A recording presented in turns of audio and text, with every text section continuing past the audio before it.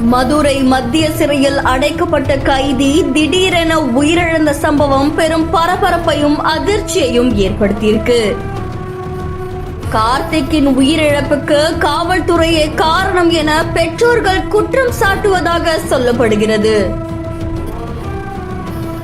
உயிரிழப்புக்கு உடல்நல குறைவுதான் காரணமா?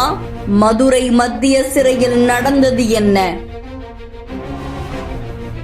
மதுரை மாவட்டம் மதுச்சியம் அப்படின்ற பகுதியில 30 வயசுல கார்த்திக் அப்படின்ற நபர் வசிச்சுட்டு வந்திருக்காங்க.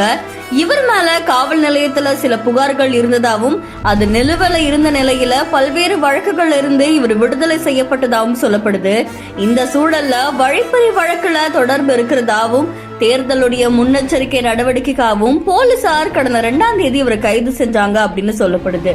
இதை தொடர்ந்து நீதிபதி முன்னாடி ஆஜர்படுத்தப்பட்டு கார்த்திக்கு மருத்துவ தகுதி சான்றும் வழங்கப்பட்டிருக்கு. அதுக்கப்புறம் மதுரை மத்திய சிறையில அடைக்கப்பட்டிருக்காங்க அப்படின்னு கூறப்படுது. இந்த நிலையில திடீர்னு அவருக்கு உடல்நல குறைவு ஏற்பட்டதாகவும் இதை தொடர்ந்து மதுரை அரசு ராஜாஜி மருத்துவமனையில அனுமதிக்கப்பட்டதாகவும் கூறப்படுது. இந்த நிலையில தான் கார்த்திக் சிகிச்சை பலனின்றி உயிரிழந்ததா கூறப்படுது.